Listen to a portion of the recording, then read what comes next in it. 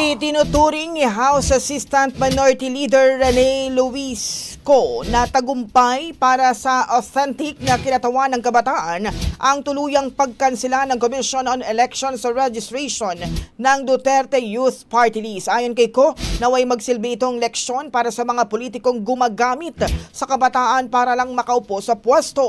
Wala na anya silang maloloko at simula pa lamang ito ng pagtanggal sa mga peke o huwad na party list na gawa ng mga dynasty at negosyo. Gitang kongresista, dapat bigyan ng boses sa mga naaapi, kaya panahon na para iproklama ang Gabriela Party List. Mag-aaralan din naman nilang paghahain ng panukalang genuine party list representation bill sa Kamara. Samantala, idinagdag ni Ko na dapat harapin na ng COMELEC ang lahat ng nakabinbing reklamo hinggil sa umunay dayaan noong 2022 at 2025 election.